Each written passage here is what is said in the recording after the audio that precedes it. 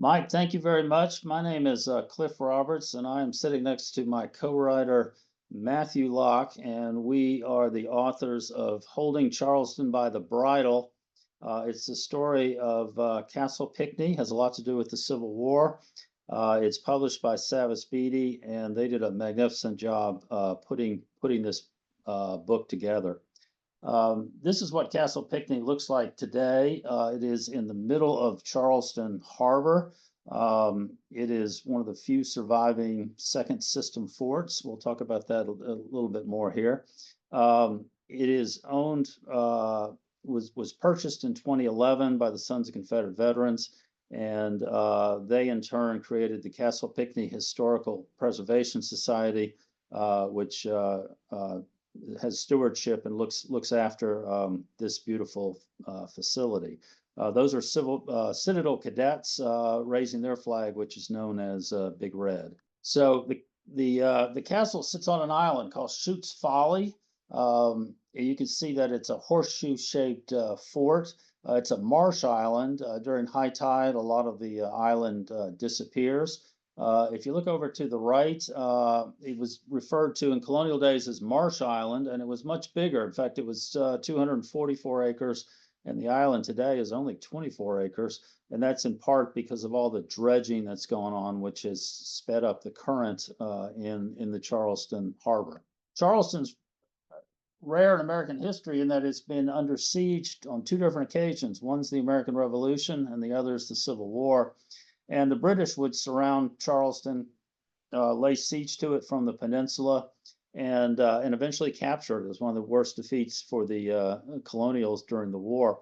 This is Chutes Folly over here on the left, and you can see there's nothing really on it. These boats were all sunk by the Americans to keep the British fleet out. But the British would, after they took Charleston, build a pretty impressive little mud and timber fort on the island. In the 1790s, George Washington's going to come to Charleston, and his issue as president of the United States is that we are 13 colonies, and we are basically all facing the sea and all defenseless against the European powers, whether they be the Spanish, the French, or the British. So some early system of forts were built, and here in Charleston, this is where the city is. A fort was built there on the end of the peninsula. This is Fort Johnson. This is Fort Moultrie out on the Barrier Islands. And here on Chutes Folly was the first fort. It was known as Fort Pinckney, and it was mostly timber, mud, a little bit of brick, and it did not last long. In fact, in 1804, it was washed away by a hurricane. But Fort Pinckney was named after this fellow, Charles Cotsworth Pinckney, who was one of the founding fathers.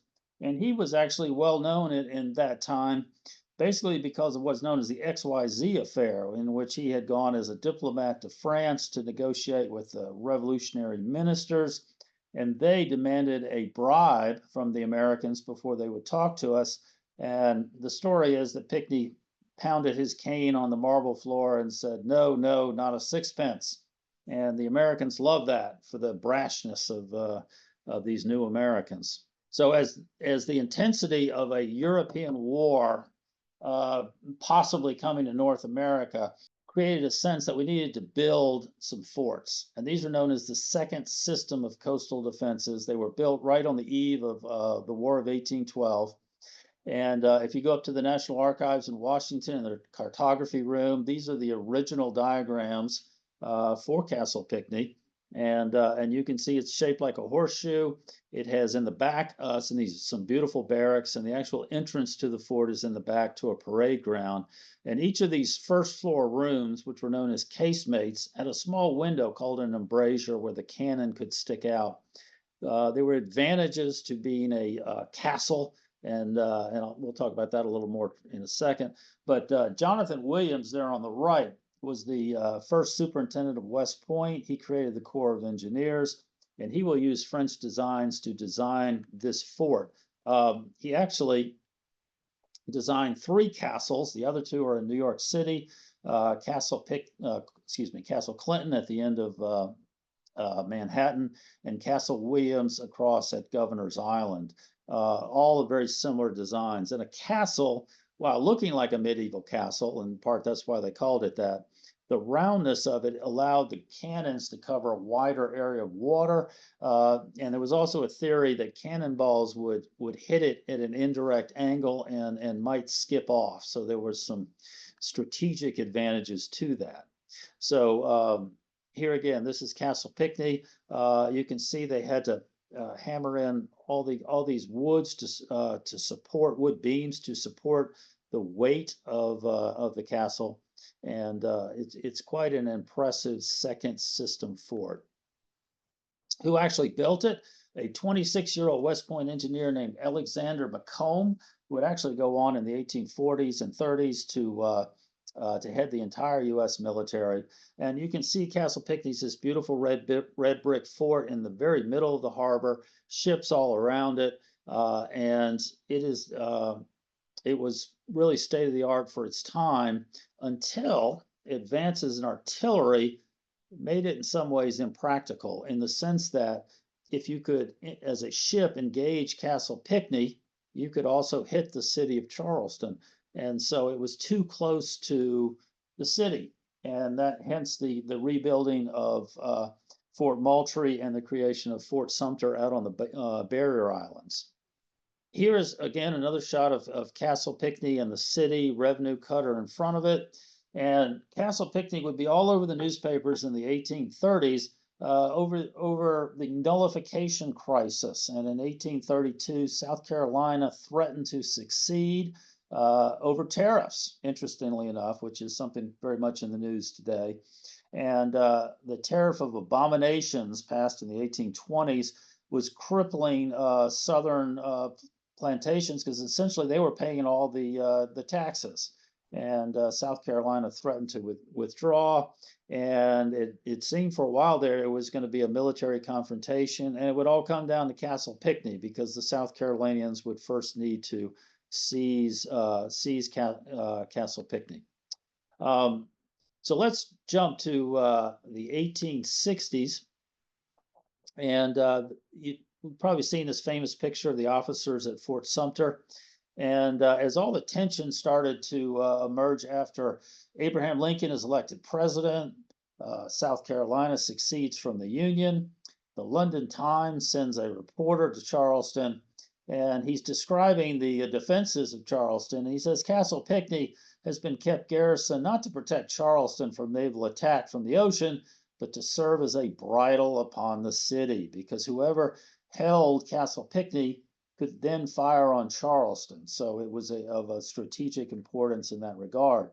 And when Major Robert Anderson was brought to Charleston, and he looked over the defenses, his troops, all 78 of them, were at Fort Moultrie, and Anderson was very concerned he was not going to be able to hold Fort Moultrie if the militias of South Carolina ever attacked him. And so he telegraphs back to Washington, and he says, what I need are soldiers to put in Castle Pinckney. Castle Pinckney had an ordnance sergeant, but that was about it. And it had 24 guns. It was ready to go, but no soldiers. And if he had artillerymen in Castle Pinckney, then the likelihood would be that the Charlestonians would not attack Fort Moultrie, knowing that Castle Pinckney could in turn fire on their homes.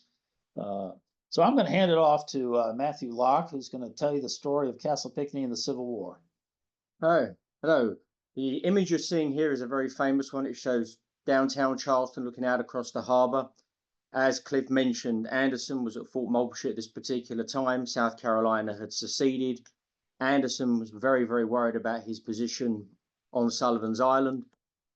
Felt he couldn't defend it if it was attacked by the South Carolina militia, and wanted to move his men. So he moved them over to Fort Sumter prior to moving them to Castle Pinckney, which he was going to garrison, because obviously the guns, as Cliff said, would be able to cover the city and afford his men protection from what he believed would be attack from the South Carolina militia. Anderson pulled out, set fire to the cannon casemate carriages, cut down the flagpole at Fort Moultrie and moved. The South Carolina Governor Pickens, who was in Charleston at that particular time, saw this, got reports of this, was angry at this, thought that Anderson had breached the agreement that he believed he had with the federal government in Washington, that instructed Anderson basically to stay at Fort Moultrie and not to move. So Governor Pickens called out the South Carolina militia. He gave them orders to go ahead and seize Castle Pinckney for the state of South Carolina, and also to go to Fort Moultrie and seize Fort Moultrie. So the South Carolina militia, about 150 men, late in the afternoon, December the 27th, boarded a steamship called the Nina. These were from 3 separate companies of militiamen. They were armed, they had rifles with bayonets fixed, and they were on their way to seize Castle Pinckney, which was a federal installation. But they didn't know exactly what was at the castle at this particular time. They didn't know if it was garrison, whether or not they would be engaged under fire or by fire when they landed, or whether or not it was empty. So their first stop, so the first overt act of what would become the war between the states, civil war, was when those militiamen landed under arms with permission to seize federal property. They were led by James Johnson Pettigrew, who would go on to a quite illustrious Civil War career. Pettigrew landed. There was no firing, nothing, not a shot. The militiamen divided into 2. Half went round to the sally port at the entrance on the north side of the castle, pounded on the door and asked to be let in. When the gates were not opened by Skillen, who was the ordnance sergeant, and an engineer by the name of Meade, who was there, Pettigrew ordered his men over the walls. So using ladders they brought with them, they scaled the walls, climbed inside the castle, found it largely unoccupied except for some labourers that were inside working, and opened the gates and let Pettigrew in through the front gate. There was a flag lowering service. Meade and Skillen refused really to watch. They didn't want to participate.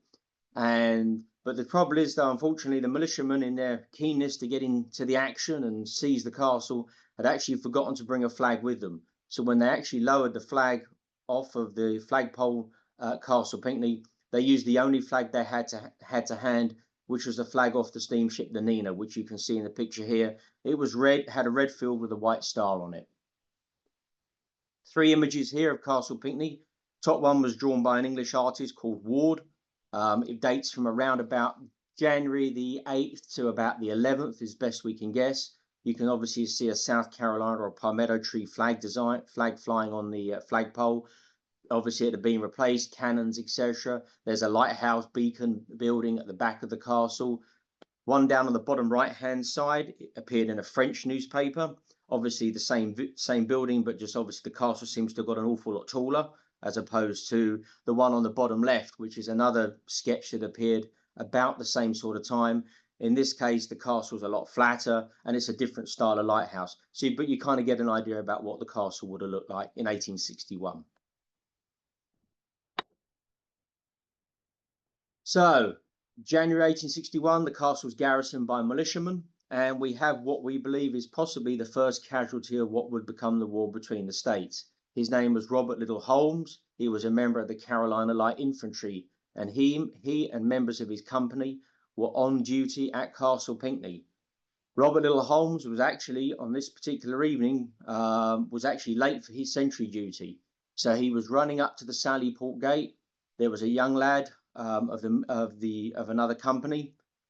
He got scared. He was frightened by Holmes running at him, dropped his rifle. The rifle went off, and buck and ball went through Holmes's side, puncturing both of his lungs, and he would actually bleed out and die in less than 30 minutes.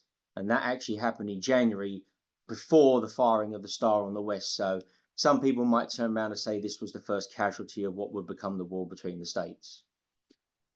Interesting flag here you have here. Down the bottom, it's called the Fort Walker flag. It was first flown at Castle Pinckney. It was designed and paid for by John Andreas Wagner, who was a German by birth. He and his company of German artillerymen were actually stationed at Castle Pinckney, and he actually commissioned and had this flag flown over Castle Pinckney, and you can see it's a pretty striking design. Flags were very different and very much kind of at the whim of the officer at that particular time. There was very little standardization. So obviously you can see 2 palmetto trees, series of stars with the crescent moon or gorget as it is in the middle between the 2, and obviously the white and blue stripes there. As I said, this flag was flown at Fort Walker, which is obviously still part of South Carolina, and it was captured by federal troops several months later when Port Royal fell and Beaufort fell. Castle was left largely occupied as a warehouse until towards the end of 1861, when it was decided to be used to hold prisoners that were captured at First Manassas. This sketch you can actually see is what the castle looked like inside. It's an artistic representation, and it's actually pretty good. It gives you a good idea. You can see obviously the parade ground, the ground floor, the first floor of the barracks, some of the cannons on the side. There's a few inaccuracies, but it gives you a pretty good idea about what the castle looked like when it was occupied by the prisoners. This actual photograph was taken by a photographer by the name of Cook. Cook would actually go out to the castle. He was paid to take a series of photographs, and these are some of the best photographs we have of prisoners at that particular time. And you can see the castle has actually been changed.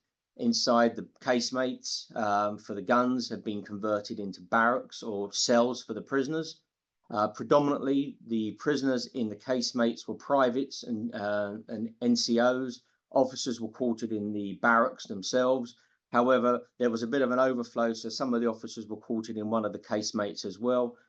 On the ground floor, you have the US prisoners that are there. On the top floor, on the ramparts, you can actually see kind of in their uniforms, members of the Charleston Zouave Cadets. They were a militia unit of some of the best families in South Carolina and Charleston. And obviously they're at their ease. And there's obviously no real tension between prisoners and guards at this particular point during the war.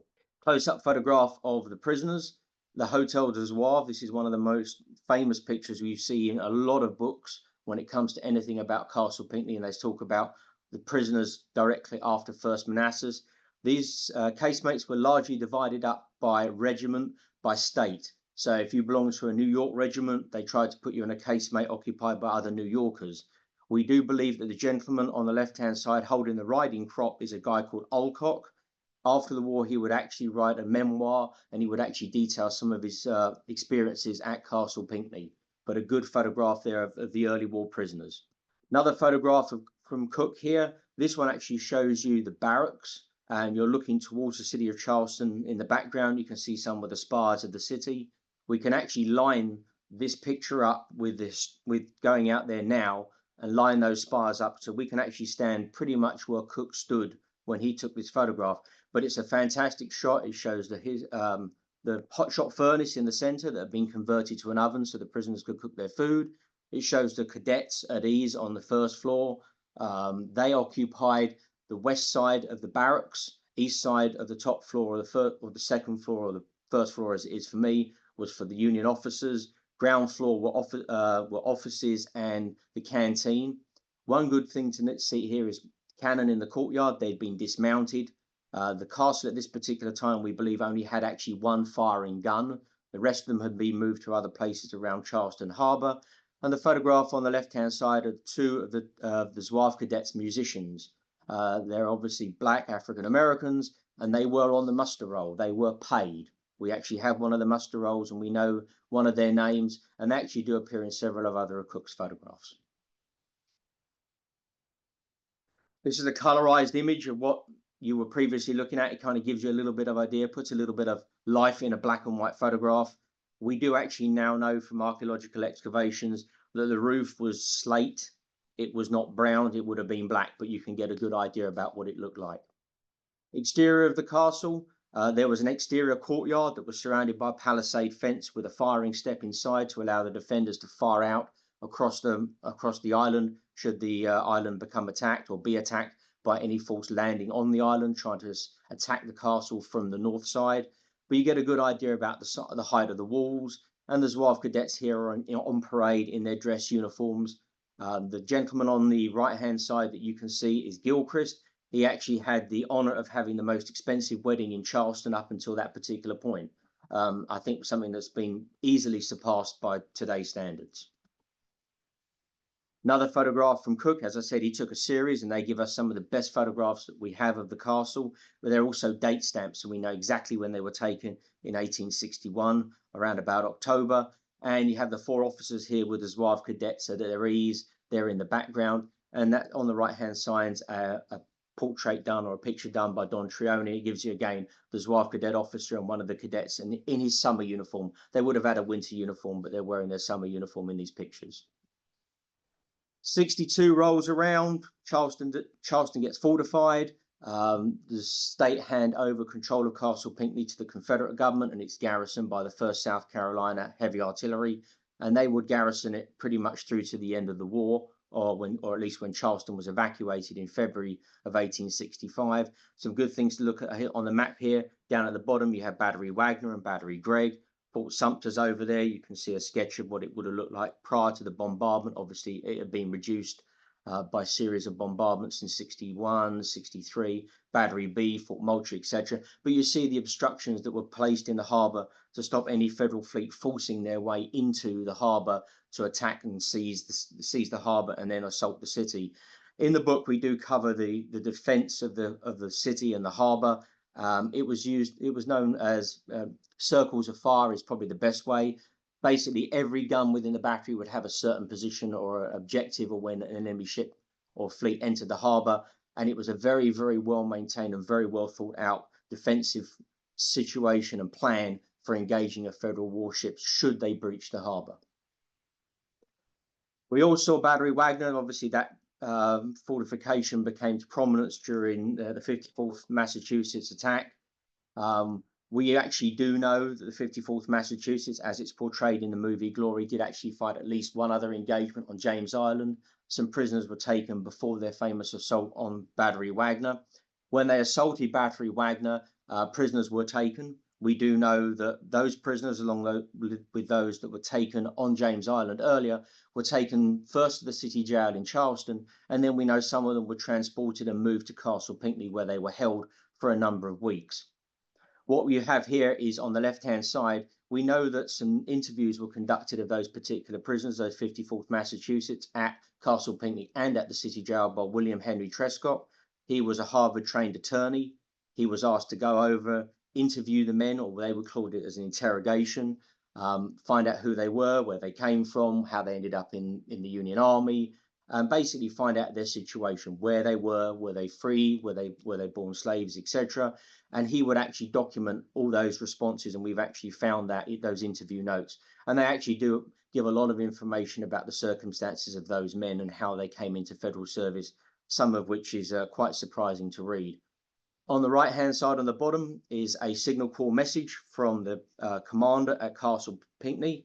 He actually writes to the Confederate commanding officer, Beauregard in Charleston, that the prisoners at Castle Pinckney are willing to submit to service of the state, i.e. they're willing to serve South Carolina and the Confederate government at Battery B and work. Now, we don't know what that meant by work, whether that was to actually work as labourers or to be employed in a military capacity. However, we do know that this note was received.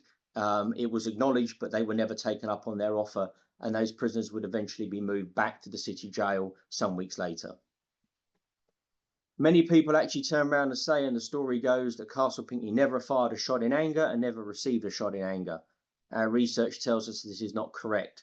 There is a good possibility they fired during that initial bombardment on Fort Sumter, although the official records say no, unofficial records say maybe, but what we do have is an official record of the castle being fired upon on numerous occasions by Federal soldiers who had occupied Battery Wagner by this time and Battery Gregg, and were hurling shells at the city, Fort Sumter, Castle Pinckney, Mount Pleasant, and various other places around the harbour. The newspaper report here you can actually see details the bombardment or the firing at the castle, and we do know that one man was mortally wounded during one of these bombardments or one of these shellings. His name was John Johnson. He's buried in Magnolia Cemetery. But we also know from other records and newspaper reports that other people were wounded by this particular bombardment. So Castle Pinckney was fired upon. It did see combat action. As the war came to an end, South Carolina obviously was being pushed on. Sherman had advanced through Georgia, was coming up from Savannah.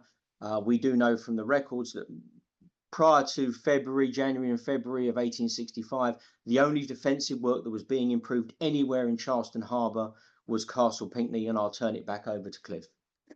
All right, so we're looking at a fascinating picture here where literally thousands of tons of earth is brought over by boat to Chutes Folly, and they build these gigantic walls all the way around Castle Pinckney. You can barely see the chimneys of the barracks there in the middle of this thing. So this was all designed to protect the castle, as it seemed more and more likely that Yankee ironclads were going to breach the defenses and come into the middle of the harbor and come under the guns of Castle Pinckney. What they did in terms of guns were they brought in 4 gigantic guns, 3 10-inch Columbiads and 1 7-inch Brook gun. And you can see the 4 positions of the gun together with all the sand and earth that were brought to surround the unit. And these are gigantic coastal guns. I mean, they weigh 13,000 pounds each. I mean, how they got these in there and mounted is to me amazing. So when they did evacuate Charleston, they did it quickly and literally left the forts completely intact. This is a photograph from 1866, maybe 1867, and you can see the cannonballs are still there, the guns are still mounted. You can see a Federal soldier to the right on sentry. Over to the left, you see men that have actually been arrested, and Castle Pinckney became an American Bastille. Our friend Daniel Sickles was the military governor of South Carolina.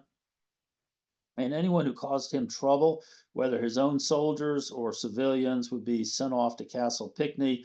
Habeas corpus had been passed on, so he could keep him there as long as he wanted to.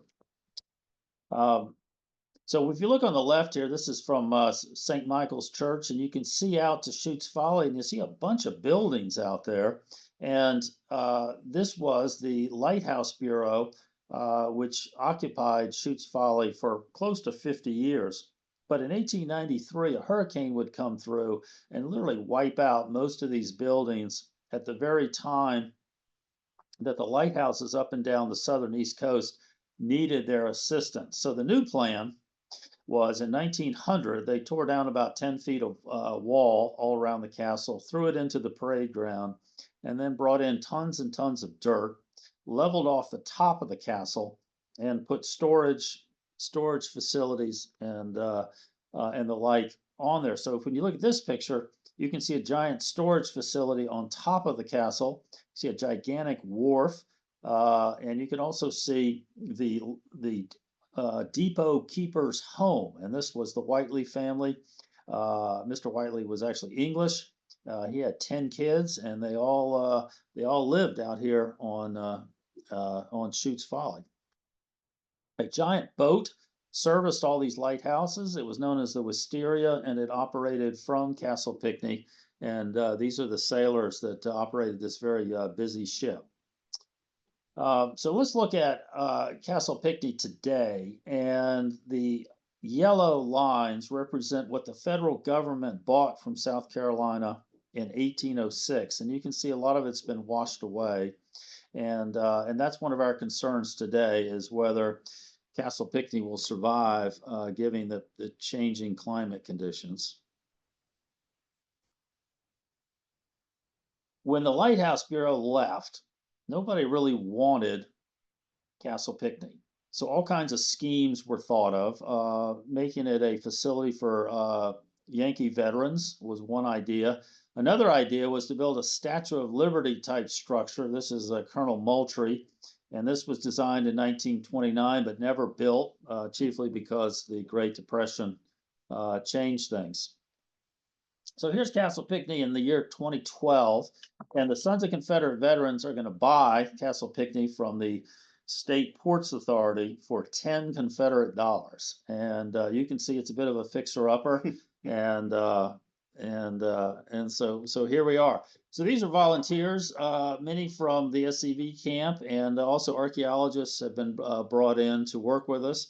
We don't have a working wharf right now, so everything sort of is a struggle to get it there. But we've been slowly cleaning up the facility and working with the archaeologists to see what's under all this dirt. And it's quite an amazing project, and I always enjoy going out there. These are students from London, England, who came one summer, and I don't think they were quite ready for Charleston heat, but they did a magnificent job working here. And I'll give you a sense of this is a drone shot of before and a drone shot after, so you can see how much work goes into it. If you see the fellow there with the red shirt, just right behind him is a big brick wall that was built during the Civil War, basically to protect